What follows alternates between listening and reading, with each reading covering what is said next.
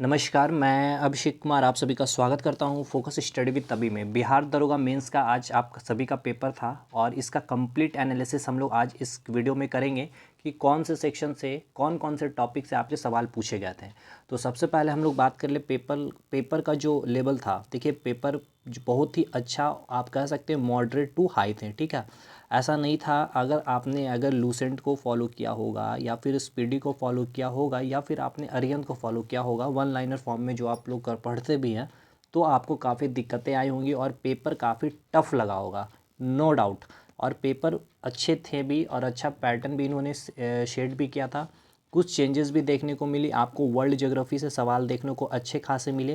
देखिए world geography से देखने को मिले, इससे दिक्कत नहीं थी। दिक्कतें यहाँ ये आई कि इन्होंने कॉन्टिनेंट को तो साथ साथ कॉन्टिनेंट के साथ साथ इन्होंने कंट्री वाइज सवाल को पूछे थे, ठीक है, कंट्री का नाम दे करके, तो थोड़ा सा टिपिकल हो जाता। मतलब मैं एग्जांपल दे दूं कि अफ्रीका की अगर हम लोग बात कर रहे हैं तो अफ्रीका में जितने कंट्री है इंपॉर्टेंट, जैसे कि इजिप्ट हो गया, लीबिया हो गया, अल्जीरिया हो गया, तंजानिया हो गया, जिम्बाब्वे हो गया, साउथ अफ्रीका हो गया, नामीबिया हो गया, बोट्सवाना हो गया, तो ये सारे कंट्री आपको मैप मतलब कि आपके माइंड में वो उनका लोकेशन आपको याद है या नहीं, मतलब कि वो मैप यानी कि उस कॉन्टिनेंट एशिया की जो एशिया कॉन्टिनेंट है उसके सारे कंट्री आपके माइंड में उनके लोकेशन आपको दिमाग में फिट है या नहीं, ठीक है। इस तरह से आपके सवाल पूछे गए थे। मतलब वर्ल्ड ज्योग्राफी में आपको दिक्कतें आई होगी। इंडियन ज्योग्राफी में आपको जो सवाल पूछे गए थे अच्छे सवाल थे, कोई नहीं, इतना भी टफ नहीं था, ईजिली आप कर सकते थे। रिवर से एज इट इज सवाल पूछे जाते हैं, हमेशा पूछे गए थे। माउंटेन पर्वत से भी पूछे गए थे। उसके बाद आपके जो सवाल बने थे फिज़िकल ज्योग्राफी से, यानी कि अर्थ से रिलेटेड कुछ सवाल इन्होंने, रोटेशन से रिलेटेड एक स्टूडेंट ने बताया था कि वहाँ से पूछा गया था सवाल। उसके बाद आपके क्लाइमेट से सवाल पूछे गए थे। उसके बाद आपके इंडस्ट्री से सवाल पूछे गए थे।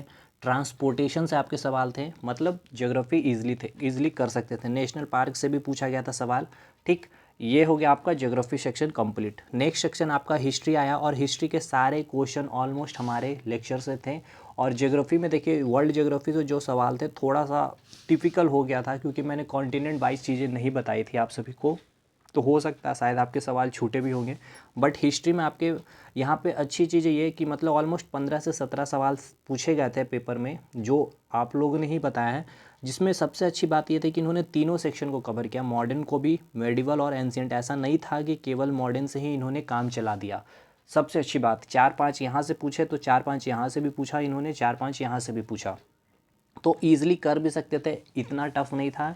हिस्ट्री के क्वेश्चन आपके निकल जाते, मतलब जिन्होंने स्टडी किए होंगे अच्छे से, तो ठीक हिस्ट्री कर सकते थे आप लोग। और यहाँ से एक दो सवाल वर्ल्ड हिस्ट्री से भी पूछे गए थे, तो आप उसे स्किप कर सकते थे, इतना कोई दिक्कत वाली बात नहीं थी। नेक्स्ट इकोनॉमिक्स से सवाल आपके पूछे गए थे, अच्छे सवाल थे इकोनॉमिक्स से। कुछ एक सवाल आपके टैक्स से रिलेटेड पूछे गए थे, जहाँ तक मुझे बताया गया था टैक्स से रिलेटेड एक सवाल पूछा गया था। उसके बाद इकोनॉमिक्स को हिस्ट्री से रिलेट करके भी पूछा गया था सवाल, तो इकोनॉमिक्स भी आपके थोड़े से बोल सकते हो मॉडरेट लेवल के यहाँ पे पूछे गए थे। पूरा का पूरा पेपर अच्छा था, इजी नहीं था आप कह सकते हो।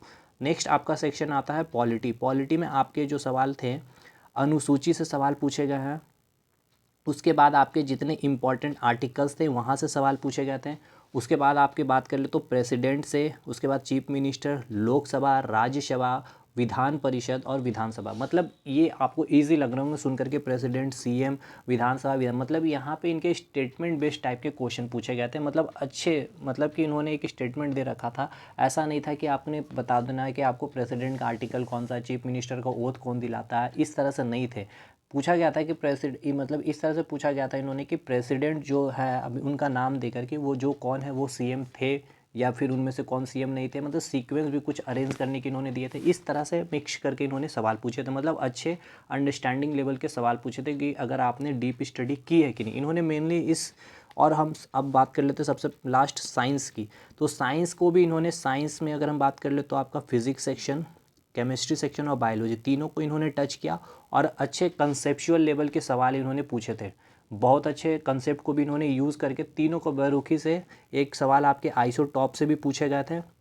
आइसोटॉप, आइसोबार्स या फिर, हाँ आइसोटॉप या आइसोबार्स आपके एक सवाल पूछे गए थे।